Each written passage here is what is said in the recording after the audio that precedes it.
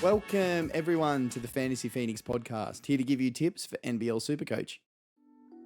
Let's jump in and review round 16.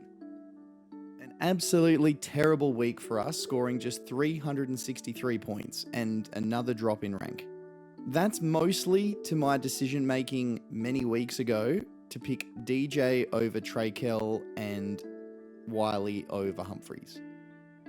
Add in that this week when I chose Robinson over Harvey. Scores of 39 and 19. Yes, 19, both on doubles, has all but dashed our hopes for the year. On the bright side, we get a bye in the head-to-head league of the Podmasters Cup this week, thanks to holding top spot overall, and in the Open League, we just want to try and finish in the top 100 overall to see if we can get in the top few places. But massive shout outs to Vern, who is looking very much likely to take that out and is pushing for a potentially top 10 finish. And obviously Dave, who is currently still in first position and is a very, very strong chance to hopefully continue to take the whole thing. So good luck, fellas. Fingers crossed for both of you. Moving on to this week, and there's a little bit of news. Big Sauce has been ruled out for the rest of the season with knee surgery. So for those that jumped on Gorjak Gak, you're absolutely laughing. The same goes for those who went Mitch Creek as a differential last week. They do only have one double remaining, which is this current round, but Gak can definitely be held on the bench. The new Hawks signing Kyle Adnam didn't see any court time last round, but hopefully that changes this week. He's finally in the game at 152,000. If he only plays minimal minutes this week, he could drop some cash and be a good downgrade option in the last couple of rounds. This week marks the start of league finals and the final 4 weeks of the season. Now comes the point where coaches are going to be deciding whether they want to play for leagues, overall rank, or for some, both. The Hawks and New Zealand have the best schedules with 3 doubles in the last 4, including back-to-back in the last 2 rounds. There's also that awkward round 18 where only Tassie and Adelaide have the double. With all that in mind, let's take a look at some plays to potentially trade in or out in our buy, sell, keep, and avoid segment. Buy are players that I think are good options to trade in if you don't already have them. Sell are players I think are good options to trade out if you do own them. Keep are players that are being traded out by others, but I think you should consider keeping. And avoid are players that are being traded in by others, but I think you should consider avoiding.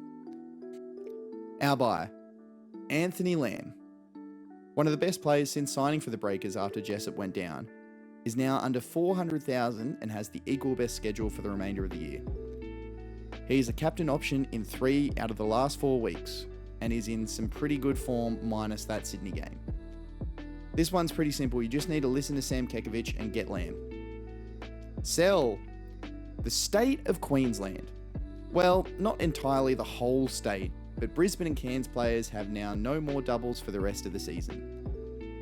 This does present some opportunity though, with the high value guys being great ways to get to the 2 Breakers, some Hawks if you haven't got them, or even Bryce Cotton.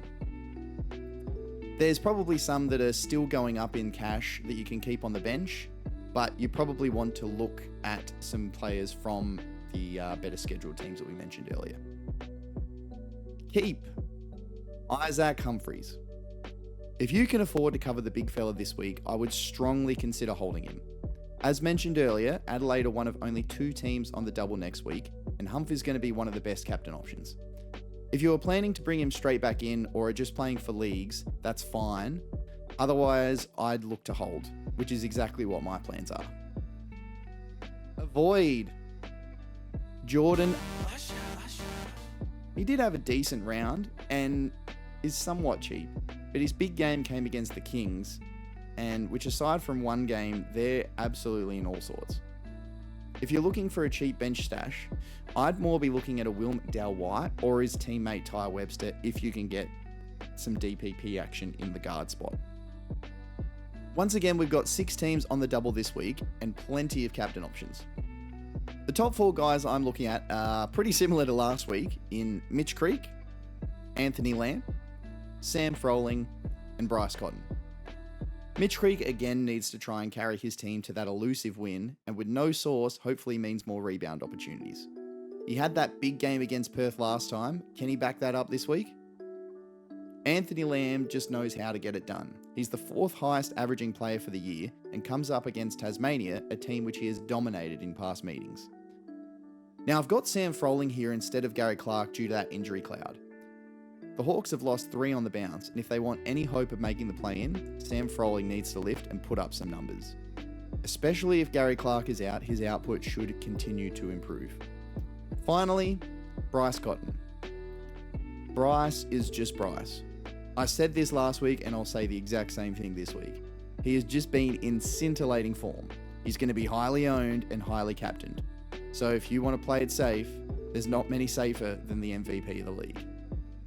Part of why this week was so disappointing was our trades. Wiley being out meant that we had to pivot and bring in Humphreys. I was happy with that. But our second trade was Jalen Adams to Justin Robinson. Adams nearly doubled J-Rob's score in half the amount of games. 33 in one game versus 19 in 2. It also hurts more as an Illawarra fan that he was one of the reasons that the Hawks went 0-2. I really don't know where I'm going to head this week. I've got everything crossed that Gary Clark is fit to play and we don't have another fire to put out.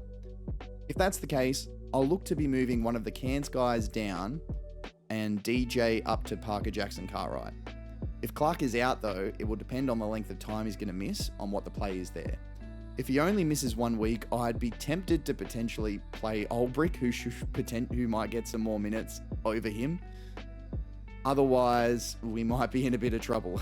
Lucky we have the bye in the head-to-head league. As always, I'll post the final moves on X, so if you aren't already, make sure to be following us at @FantasyPhoenix_. Speaking of X, feel free to ask any questions or leave any feedback you'd like for us. All is appreciated.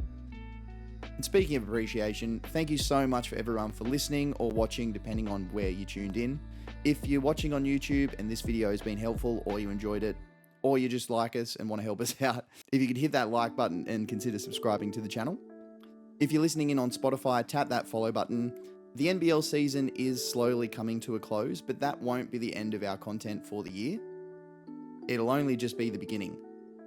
I'll be a regular guest with the SuperCoach Hub AFL podcast, and I'll also be doing my own AFL content for fantasy as well. That, I'll probably try and start overlapping it over the next couple of weeks. But for now, we've still got a few weeks of NBL left, so good luck everyone, whether you're in league finals, playing for ranking, or just playing for fun. Good luck for round 17, and we'll see you in the next episode.